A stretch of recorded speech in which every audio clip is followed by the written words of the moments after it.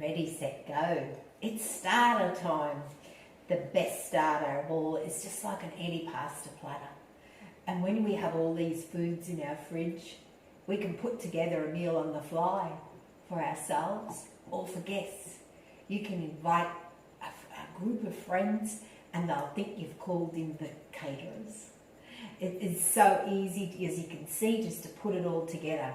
You can grab like an avocado and just mix in some sauerkraut. And it's just beautiful. You can add some breads and cheeses, and if you've got meat eaters, some nice organic salami.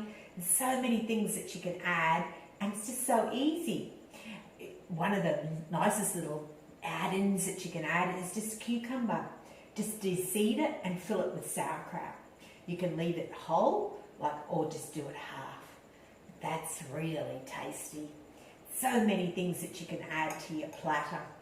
But now we're going to make an entree. It's a cold beet soup. Beautiful. Hails from Lithuania. Comes under many different names, and there's many different recipes. This is quick and easy and tasty. Let's go. 4 boiled hard eggs. Peeled, cooled and chopped. To that, a bunch of dill. Then we'll add a seeded and peeled cucumber. You can have all these all chopped up, all ready to go. A couple of chopped shallots. Your little tiny onions, nice little soft, like little spring onion. Shallot. Now we're going to add the beet, because it's cold beet. I've got gold beets and red beets. Now you can steam those. This is a good way when you do your beet kvass and you've got that strained. You can actually use that as well. But these ones have been steamed.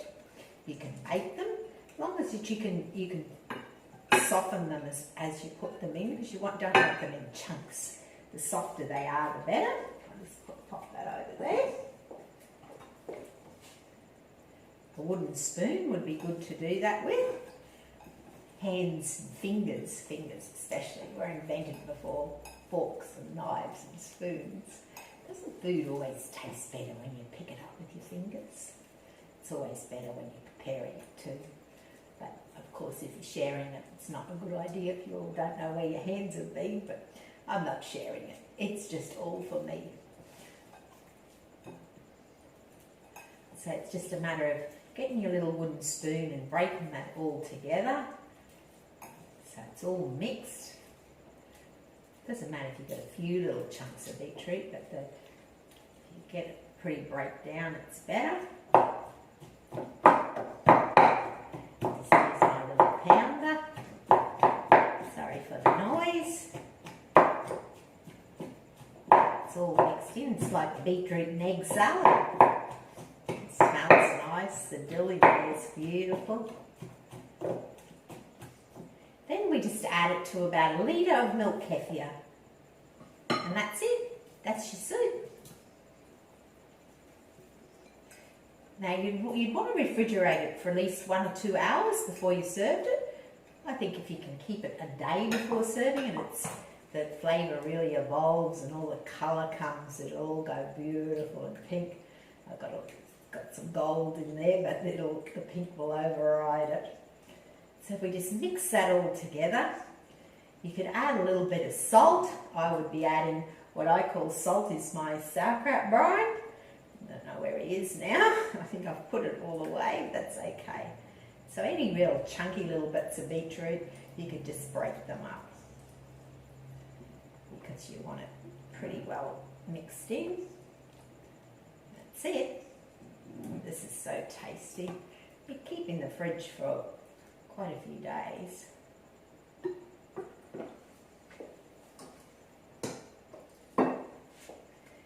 On the little platter there, it's always nice if you can add something a little bit warm so that it's not just all cold foods.